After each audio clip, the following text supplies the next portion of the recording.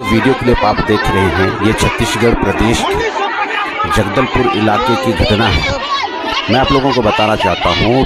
नमस्कार, जैसे कि आप देख रहे हैं राष्ट्रीय जय मानव सेवा प्रभु यीशु मसीह मधुर नाम में आप सभी का धन्यवाद करते हैं। लगातार हमारे वीडियो के ऊपर आप ध्यान करते रहते हैं।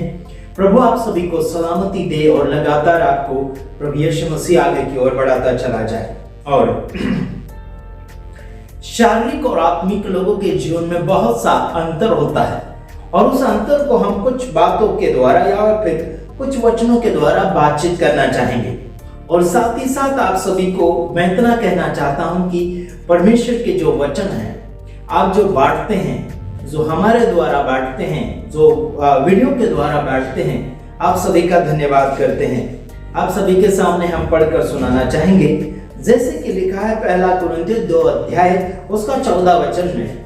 जैसे कि हम उसमें पढ़कर आपको सुनाना चाहेंगे, उसमें लिखा गया है कि परंतु शारीरिक मनुष्य परमेश्वर के आत्मा की बातें ग्रहण नहीं करता।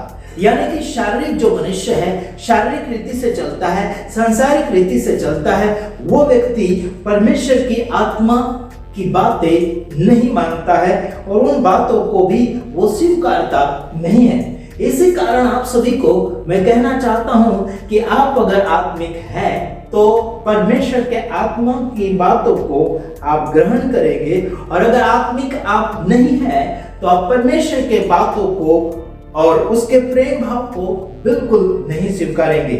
यहाँ जैसे कि आपको और मुझे मिलेगा ये बातें, जैसे कि पहला कुरिन्थियों का 2 अध्याय उसका 14 वचन हम आपके सामने प्रकट कर रहे हैं। यहाँ पर लिखा, परंतु शारीरिक मनुष्य परमेश्वर की, बोलो या फिर के, है ना, परमेश्वर की आत्मा की बातें ग्रहण नहीं करता। क्या करता है? परमेश्वर का आत्मा की बात को ग्रहण नहीं करता है। इसका मतलब है कि ये किसी और की बातों को ग्रहण कर रहा है। मेरे यारों, अगर परमेश्वर की आत्मा की बातों को ग्रहण नहीं करता है, वो इंसान किसी और की आत्मा की बातें ग्रहण कर रहा है, या फिर खुद की बातों को ग्रहण कर रहा है, या फिर शैतान की बातों को ग्रहण कर रहा है, या फिर सांसारिक बातों को ग्रहण कर रहा है।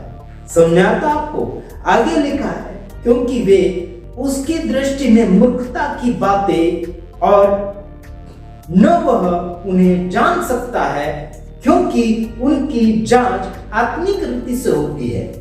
ये जो परमेश्वर की जो बातें हैं, परमेश्वर के आत्मा की जो बातें हैं, उस मनुष्य के सामने मूर्खता की बातें उसे लगती है, फालतू की बातें लगती है, और साथ ही साथ वो उसे जांच भी नहीं सकता और समझ भी नहीं सकता, क्योंकि ये जो बातें हैं आत्मिक रीति से होती है, आत्मिक रीति से इसे जांचा जाता है।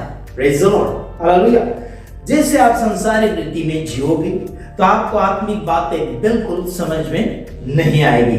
अगर आप आत्मिक रीति से जी रहे हैं तो आप आत्मिक बातों को समझ जाएंगे, लेकिन अगर आप सांसारिक रीति से जी रहे हैं तो आपको आत्मिक बातें समझ में बिल्कुल नहीं आएगी। जैसे कि कुछ ऐसे विरोधी लोगों को समझ में नहीं आती बातें। अगला वीडियो आप देखिए, उसके बाद और हम कुछ बातें फरमाएंगे। हाँ देखिए, ये छत्तीसगढ़ प्रदेश के जगदलपुर इलाके की घटना है। मैं आप लोगों को बताना चाहता हूँ, बीजेपी शासित केंद्र सरकार और बीजेपी शासित छत्तीसगढ़ के प्रदेश की सरकार पूरी तरीके से नागरिकों में भाईचारा की भावना को विकसित करने में नाकामयाब हुई। इस सरकार की अगर आप हरकत को देखेंगे तो पूरी तरीके से ये दंगा फसाद कराने में, धार्मिक लड़ाई लड़वाने में ये पूरी तरह से प्रयासरत है और इसका असर दिख रहा है। तो हमने भारत मुक्ति मोर्चा के सहयोग से पूरे देश भर के अंदर में 567 जिलों को लक्ष्य निर्धारित करके इसके विरोध में ज्ञापन सौंपने की हम लोग तैयारी किए साथियों, और ये काफ़ी और हमारे जो भी क्रिश्चियन भाइयों के ऊपर जो अत्याचार हुआ है और आए दिन आदिवासियों को भी ऊपर भी अत्याचार हो रहा है और हम सभी के ऊपर हो रहा है अत्याचार।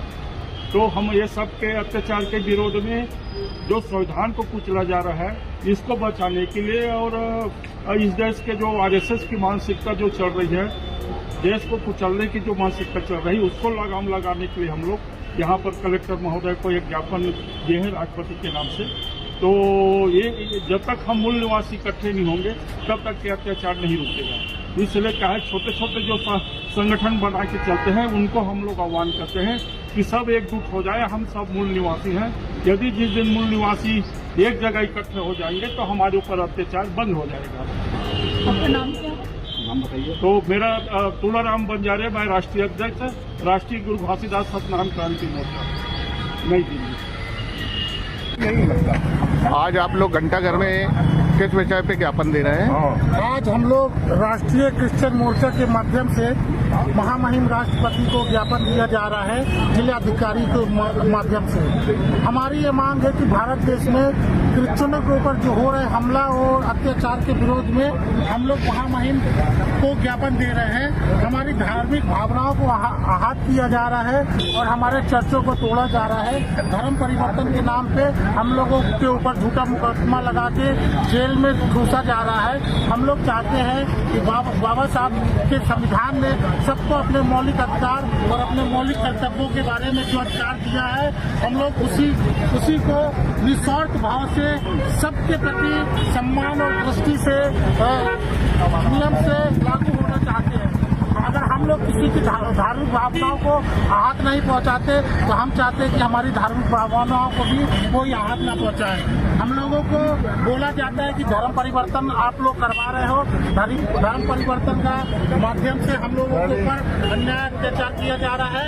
हम चाहते हैं कि वाम सेफ्टी आउटफुट मीन्स राष्ट्रीय क्रिश्चियन मोर्चा के समर्थन में भारत मुक्ति मोर्चा, बहुजन क्रांति मोर्चा, राष्ट्रीय परिवर्तन मोर्चा, राष्ट्रीय विद्यार्थी मोर्चा और राष्ट्रीय बेरोजगार मोर्चा के माध्यम से आज जिलाधिकारी को ज्ञापन दिया गया है। महामहिम के नाम पे हम लोगों के साथ हो रहे अत्याचार को हम लोग चाहते हैं कि हमारे साथ अन्याय को रोका जाए और हमको इंसाफ और न्याय दिया जाए। मैं अनिल बंसकार, भारत मुक्ति मोर्चा, जबलपुर जिला अध्यक्ष। 80 साल के नौजवान हमारे प्रवीण दादाजी भी आंदोलन के मैदान में साथ सहयोग देते हुए नजर आ रहे हैं। आज जिला कलेक्टर के माध्यम से राष्ट्रीय क्रिश्चियन मोर्चा ने महामहिम राष्ट्रपति जी को ज्ञापन दिया है, जिसमें वाम सेफ्टी आउटफुट मीन्स बहुजन क्रांति मोर्चा, भारत मुक्ति मोर्चा, भारतीय विद्यार्थी मोर्चा, राष्ट्रीय क्रिश्चियन मोर्चा, राष्ट्रीय मुस्लिम मोर्चा के द्वारा आज ज्ञापन दिया गया है, जिसमें हमारे सभी पदाधिकारी यहाँ पे उपस्थित हैं। विद्यार्थी मोर्चा के द्वारा भी सहयोग किया गया है।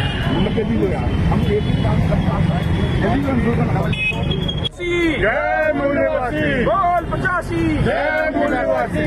माइनॉरिटी पे अत्याचार बंद करो, बंद करो, बंद करो, माइनॉरिटी पे अत्याचार बंद करो, बंद करो, बंद करो, माइनॉरिटी पे अत्याचार बंद करो, बंद करो, बंद करो।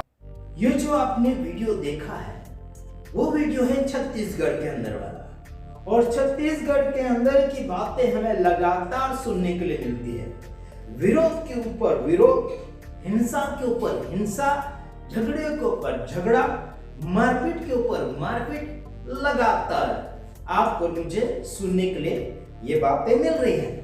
और वहां पर मिलिट्री वाले लोग जाकर बातें समझाने के लिए कोशिश कर रहे हैं और बहुत सी कोशिश कर रहे हैं। अलग अलग लोग, धार्मिक गुरु, बहुत से लोग कोशिश कर रहे हैं। और आधे वीडियो के अंदर कुछ बातें अलग हैं और आधे वीडियो के अंदर कुछ बातें अलग हैं। जो में से लोगों ने भी गलती करी वो दूसरे वीडियो में आपके सामने लेकर आऊंगा, उसमें हो सकता है बताऊंगा। लेकिन आत्मिक जो व्यक्ति है वो आत्मिक बातों को आत्मा में, पवित्र आत्मा में होकर जांच कर आगे उसे प्रकट करता है। लेकिन जो संसारिक रीति से जीता है और जो संसारिक आत्मा के साथ जो जीता है वो व्यक्ति आत्मिक बातों को जांच नहीं सकता। सुनना है, बाइबल के अंदर लिखा गया कि हर एक बातों के ऊपर या फिर हर एक वक्ताओं के ऊपर या फिर हर एक आत्माओं के ऊपर भरोसा ना करें। तो भरोसा ना करें, तो उसे जांचना होगा कि वो किस लायक है, वो कौन हो सकता है और वो कौन से आत्मा के साथ चल रहा है, उसे जांचने की आवश्यकता बन चुकी है यार। तो ठीक है, बस आगे मैं कुछ बातें और आपके सामने प्रकट करना चाहूंगा। 15 वचन, आत्मिक जन सब कुछ जांचता है, परंतु वह आप किसी से जांचा नहीं जाता। समझा? यहां पर लिखा है कि आत्मिक जन सब कुछ जांचता है, परंतु वह आप किसी से जांचा नहीं जाता। समझाता? आत्मिक जन सब कुछ जांच लेता है, लेकिन वो किसी के द्वारा जांचा नहीं जा सकता। समझाता मेरे भाइयों बहनों, परमेश्वर ही आत्मिक जन को जांच सकता है, और जो परमेश्वर के आत्मा के साथ बढ़ रहा है, परमेश्वर आत्मा में लेकर जा रहा है, वही व्यक्ति जांच सकता है कि कौन कैसा व्यक्ति है। समझ लिया आपने? और अगला वीडियो आपने देख भी लिया है कि कैसी कैसी हिंसाएं बढ़ती चली जा रही है संसार भर में। तो ठीक ध्यान रखिए, अगले वीडियो में हम आ रहे हैं, तब तक ले नमस्कार।